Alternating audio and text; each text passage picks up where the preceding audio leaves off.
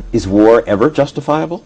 Sure, if you're attacked, you have a right and an obligation to defend our country, and the Constitution is very clear on that. So yes, in defense, I do not believe there's ever a moral justification to start the war.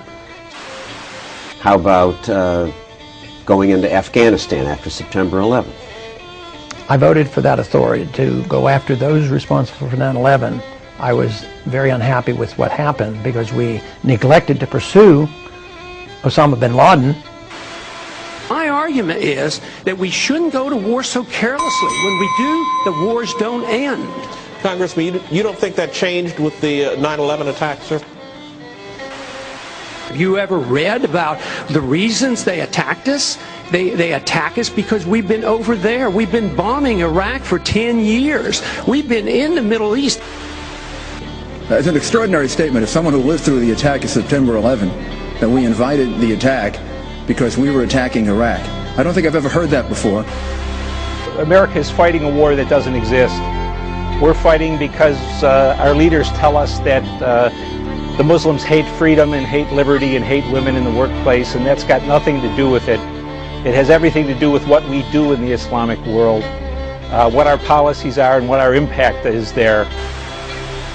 You're basically saying that we should take our marching orders from Al-Qaeda. If they want us off the Arabian Peninsula, we should leave? No!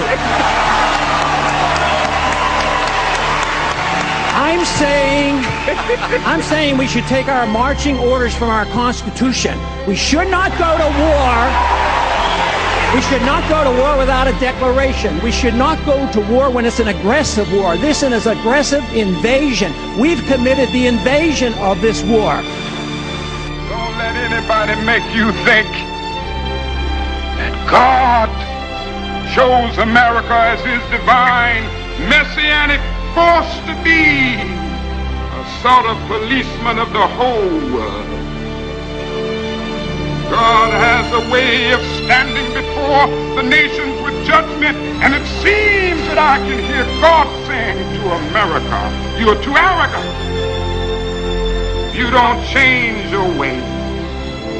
I will rise up and break the backbone of your power, and I'll place it in the hands of a nation that doesn't even know my name."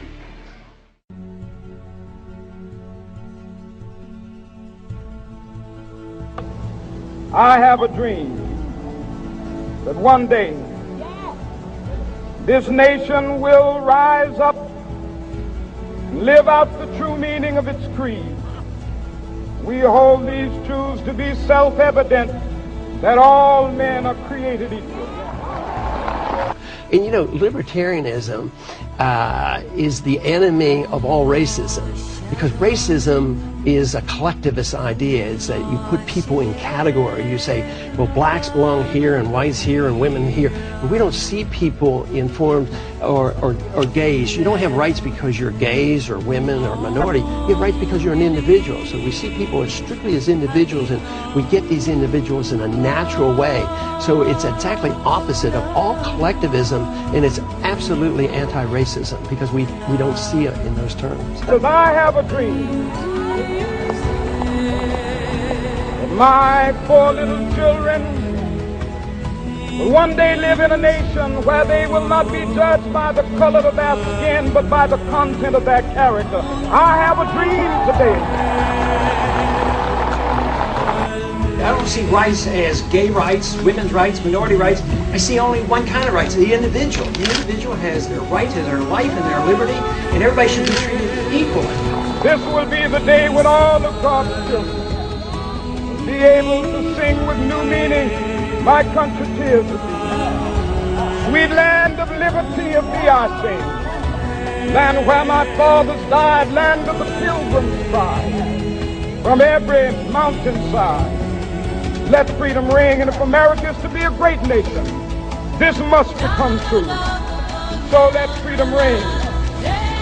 I want to be president, not because I want to run your lives. I don't want to be president to run your economy, and I don't want to be president to run the world. I want to be president to restore liberty.